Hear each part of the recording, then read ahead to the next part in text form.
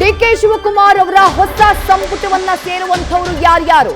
News ಫಸ್ಟ್ಗೆ ಸಂಭಾವ್ಯ ಸಚಿವರ ಪಟ್ಟಿ ಲಭ್ಯವಾಗಿದೆ. ಆ ಪಟ್ಟಿಯಲ್ಲಿ ಹಲವು ಅಚ್ಚರಿಯ ಹೆಸರುಗಳು ಅಥವಾ ಯಾರು ಆಕಾಂಕ್ಷಿಗಳಿದ್ರೋ ಆ ಹೆಸರುಗಳು ಕಾಣಿಸಿಕೊಳ್ತಾ ಇವೆ. ಕೆಲ ಹಿರಿಯ ಸಚಿವರು ಯಾರಿದ್ರೋ ಅವರ ಹೆಸರುಗಳು ಮಿಸ್ಸಿಂಗ್ ಇದ್ದಾವೆ. ಜಮೀರ್ ಅಹಮದ್ ಖಾನ್, ಯುಟಿ ಖಾದರ್, ಬಿಕೆ ಹರಿಪ್ರಸಾದ್ ಅವರ ಹೆಸರು ಸಂಭಾವ್ಯ ಸಚಿವರ ಲಿಸ್ಟ್ ನಲ್ಲಿ ಕಾಣಿಸ್ತಾ ಇದೆ. Doctor G Parameshwar, Priyank Kharge, K J George, Lakshmi Hebbalkar, M B Patil ಅವರ ಹೆಸರು ಕೂಡ ಕಾಣಿಸ್ತಾ ಇದೆ. ಹೊಸದಾಗಿ ಯತೀಂದ್ರ ಸಿದ್ದರಾಮಯ್ಯ ಅವರ ಹೆಸರು ಸಚಿವ ಸಂಪುಟದ ಆ ಸಂಭಾವ್ಯ ಸಚಿವರ ಲಿಸ್ಟ್ ನಲ್ಲಿ ಸೇರ್ಪಡೆಯಾಗಿದೆ.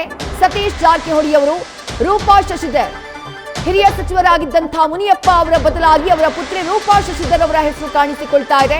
ಹಾಗೆ ಎಸ್ ಮಲ್ಲಿಕಾರ್ಜುನ್, ಈಶ್ವರ ಖಂಡ್ರೆ, ರಾಮಲಿಂಗಾರೆಡ್ಡಿ, ಚಲುವರಾಯಸ್ವಾಮಿ, ಶಿವರಾಜ್ ತಂಗಡಗಿ, ಕೆ ಪಾಟೀಲ್ ಈ ಸಚಿವರು ತಮ್ಮ ಸ್ಥಾನವನ್ನ, ಎಲ್ಲ ಹಿರಿಯ ನಾಯಕರು ತಮ್ಮ ಸಚಿವ ಸ್ಥಾನವನ್ನ ಉಳಿಸಿಕೊಳ್ಳಲಿದ್ದಾರೆ ಅಥವಾ ಹೊಸ ಸಂಪುಟದಲ್ಲಿ ಅವಕಾಶವನ್ನ ಪಡೆಯಲಿದ್ದಾರೆ ಅನ್ನುವಂತ ಮಾಹಿತಿ ಸಿಗ್ತಾ ಇದೆ.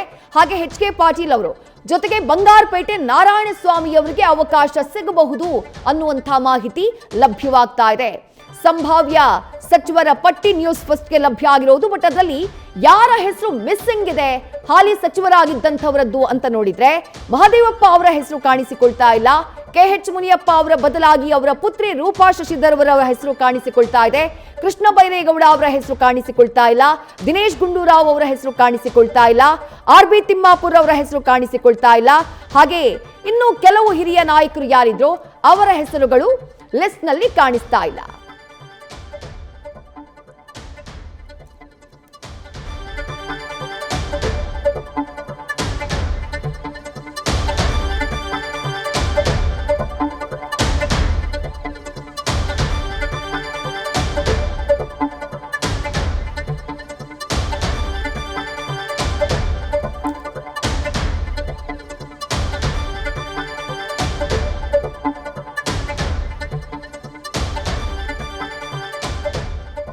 ಹೊಸ ಸಂಪುಟ ರಚನೆಯ ಸರ್ಕಸ್ ನಡೀತಾ ಇದೆ. ಸಂಭಾವ್ಯ ಸಚಿವರು ಯಾರ್ಯಾರು ಇರಬಹುದು ಹೊಸ ಸಂಪುಟದಲ್ಲಿ ಆ ಲಿಸ್ಟ್ ನ್ಯೂಸ್ ಫಸ್ಟ್ಗೆ ಲಭ್ಯ ಆಗಿದೆ. ಮತ್ತೊಮ್ಮೆ ಯಾರ್ಯಾರ ಹೆಸರು ಆ ಲಿಸ್ಟ್ ನಲ್ಲಿ ಇದೆ ಅನ್ನೋದನ್ನ ಹೇಳ್ತೀನಿ. ಮತ್ತಷ್ಟು ಡೀಟೇಲ್ಸ್ ನಮ್ಮ ಪ್ರತಿನಿಧಿ ಹರೀಶ್ ನೀಡ್ತಾ ಹೋಗ್ತಾರೆ. ಹರೀಶ್, ನ್ಯೂಸ್ ಫಸ್ಟ್ಗೆ ಎಕ್ಸ್ಕ್ಲೂಸಿವ್ ಲಿಸ್ಟ್ ಲಭ್ಯ ಆಗಿದೆ.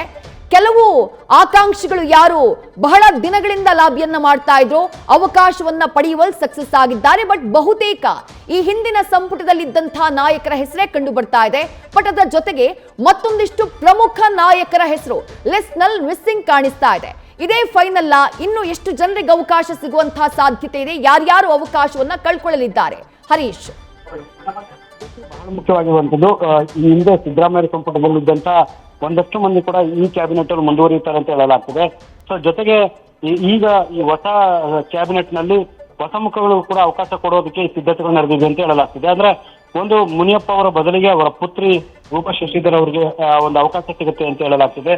ಬಂಗಾರಪೇಟೆ ನಾರಾಯಣಸ್ವಾಮಿ ಅವರಿಗೂ ಕೂಡ ಅವಕಾಶ ಸಿಗಬಹುದು ಅನ್ನುವಂತ ಮಾತುಗಳು ಕೇಳಿ ಬರ್ತಿದ್ದಾವೆ. ಜಾತಿವಾರು ಪ್ರಾದೇಶಿಕವಾರು ಕೂಡ ಇಲ್ಲಿ ಹಂಚಿಕೆ ಮಾಡುವಂತ ನಿಟ್ಟಿನಲ್ಲಿ ತಯಾರಿ ನಡೆದಿದೆ. ಆದ್ರೆ ಈ ಪಟ್ಟಿ ಇನ್ನೂ ಅಂತಿಮವಾಗಿಲ್ಲ. ಅಂತಿಮವಾದರೆ ಅಷ್ಟೇ ಅದನ್ನ ಸ್ಪಷ್ಟತೆ ಗೊತ್ತಾಗುತ್ತೆ ವಿದ್ಯಾರ್ಥಿ. ಆದ್ರೆ ಈಗ ಸಿದ್ದರಾಮಯ್ಯ ಅವರು ದೆಹಲಿಯಿಂದ ಹೊರಡೋದಕ್ಕೆ ಸಜ್ಜಾಗಿದ್ದಾರೆ. ಸೊ ಅವರು ಹೊರಟ ನಂತರ ಈಗಾಗಲೇ ಅವರು ಒಂದು ಹಂತದಲ್ಲಿ ಕೂಡ ಹೈಕಮಾಂಡ್ ನಾಯಕರ ಜೊತೆ ಚರ್ಚೆ ನಡೆಸಿದೆ ಅಂತ ಹೇಳಲಾಗ್ತಿದೆ. ಡಿ.ಕೆ. ಶಿವಕುಮಾರ್ ಅವರು ಕೂಡ ತಮ್ಮ ಪಟ್ಟಿಯನ್ನು ಕೊಟ್ಟಿದ್ದಾರೆ.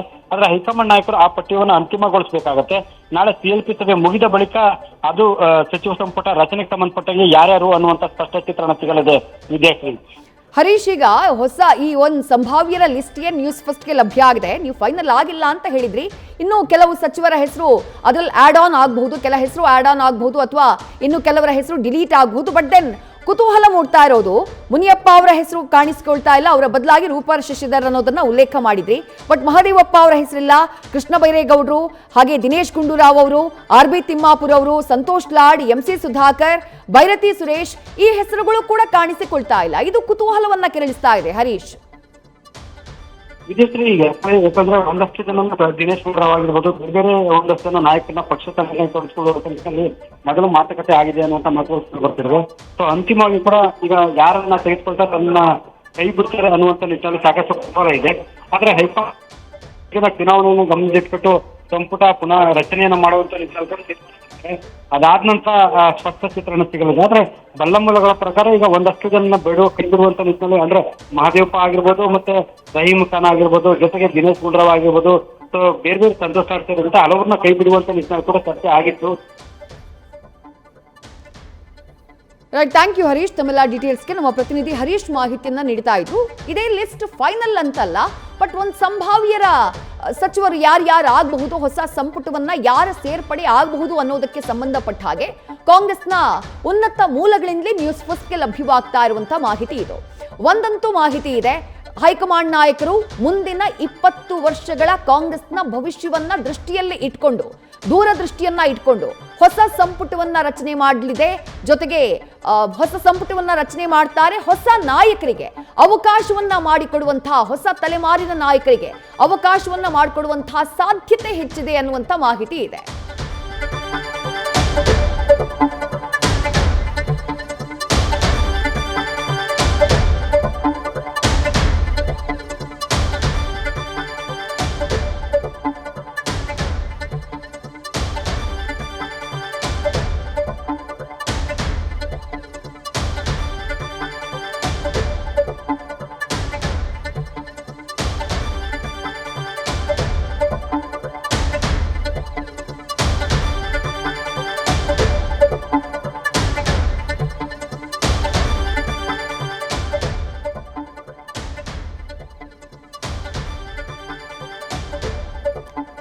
ನೂತನ ಸಚಿವ ಸಂಪುಟದ ರಚನೆಯ ಸರ್ಕಸ್ ನಡೀತಾ ಇದೆ. ಸಂಭಾವ್ಯರ ಲಿಸ್ಟ್ ಕೂಡ ನ್ಯೂಸ್ ಫಸ್ಟ್ಗೆ ಲಭ್ಯ ಆಗಿದೆ. ಬಟ್ ಇದೇ ಫೈನಲ್ ಅಂತಲ್ಲ, ಬದಲಾವಣೆಗಳು ಸಾಕಷ್ಟಾಗಬಹುದು. ಯಾಕಂದ್ರೆ ಅಳೆದು ತೂಗಿ ಲೆಕ್ಕಾಚಾರ ಹಾಕಿ ಹೈಕಮಾಂಡ್ ನಿರ್ಧಾರವನ್ನ ತೆಗೆದುಕೊಳ್ಬೇಕು.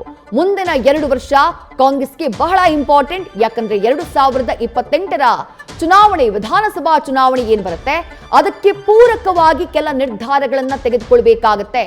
ಸಮುದಾಯದ ಪ್ರಾತಿನಿಧ್ಯ ಬಹಳ ಇಂಪಾರ್ಟೆಂಟ್ ಆಗುತ್ತೆ. ಹಾಗೆಯೇ ಪ್ರಾದೇಶಿಕ ಪ್ರಾತಿನಿಧ್ಯವನ್ನ ಕೊಡುವುದು ಕೂಡ ಬಹಳ ಮುಖ್ಯ ಆಗುತ್ತೆ. ಆ ನಿಟ್ಟಿನಲ್ಲಿ ಕ್ರಮವನ್ನ ತೆಗೆದುಕೊಳ್ಬೇಕಾಗತ್ತೆ. ಈ ಸಂದರ್ಭದಲ್ಲಿ ಎಷ್ಟು ಜನ ಹಿರಿಯರು ಅವಕಾಶವನ್ನ ಕಳ್ಕೊಳ್ತಾರೆ, ಎಷ್ಟು ಜನ ಹೊಸಬರು ಅವಕಾಶವನ್ನ ಪಡ್ಕೊಳ್ತಾರೆ ಅನ್ನುವುದನ್ನ ಕಾದು ನೋಡಬೇಕು. ಈಗ ಎಲ್ಲರ ಚಿತ್ತ ನೆಟ್ಟಿರೋದು ನಾಳೆ ಸಂಜೆ 4 ಗಂಟೆಗೆ ವಿಧಾನಸೌಧದ ಸಭಾಂಗಣದಲ್ಲಿ ನಡೀತಾ ಇರುವಂತಹ ಸಭೆಯ ಬಗ್ಗೆ, ಶಾಸಕಾಂಗ ಪಕ್ಷದ ಸಭೆಯ ಬಗ್ಗೆ. ಅದು ಒಂದು ಔಪಚಾರಿಕವಾದಂತಹ ಕಾರ್ಯಕ್ರಮ. ಅಲ್ಲಿ ಶಾಸಕರ ಅಭಿಪ್ರಾಯವನ್ನ ಆಲಿಸುವಂತದ್ದೇನು ಕೂಡ ಹೈಕಮಾಂಡ್ ನಾಯಕರು ಮಾಡೋದಿಲ್ಲ.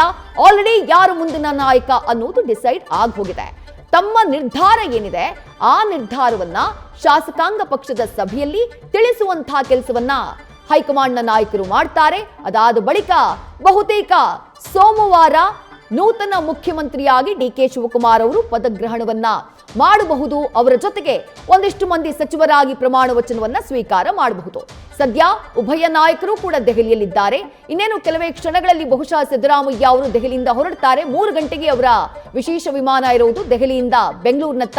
ಡಿಕೆ ಶಿವಕುಮಾರ್ ಅವರು ದೆಹಲಿಯಲ್ಲೇ ಇವತ್ತು ಉಳ್ಕೊಳ್ತಾರೆ ಅನ್ನುವಂತಹ ಮಾಹಿತಿ ನಿನ್ನೆಯ ಅವರ ಟಿಪಿ ಪ್ರಕಾರ ನಾವು ಗಮನಿಸೋದಾದ್ರೆ, ಗೊತ್ತಿಲ್ಲ ಇಫ್ ಇನ್ ಕೇಸ್ ಅಂದುಕೊಂಡಂತಹ ಕೆಲಸಗಳು ಆದ್ರೆ ಇವತ್ತು ರಾತ್ರಿನೇ ಹೊರಟು ಬರ್ತಾರೇನೋ ಅಥವಾ ನಾಳೆ ಬರಬಹುದು. ಅವರ ನಿಗದಿತ ಕಾರ್ಯಕ್ರಮದ ಪ್ರಕಾರ ನಾಳೆ ಬರ್ತಾರೆ ಅನ್ನುವಂತಹ ಡೀಟೇಲ್ಸ್ ಇದೆ.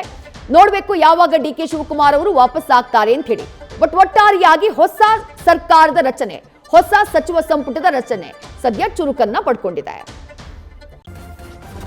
ನ್ಯೂಸ್ ಫಸ್ಟ್ ನಿರ್ಭೀತಿಯಿಂದ ನಿಮ್ಮ ಪರವಾಗಿ.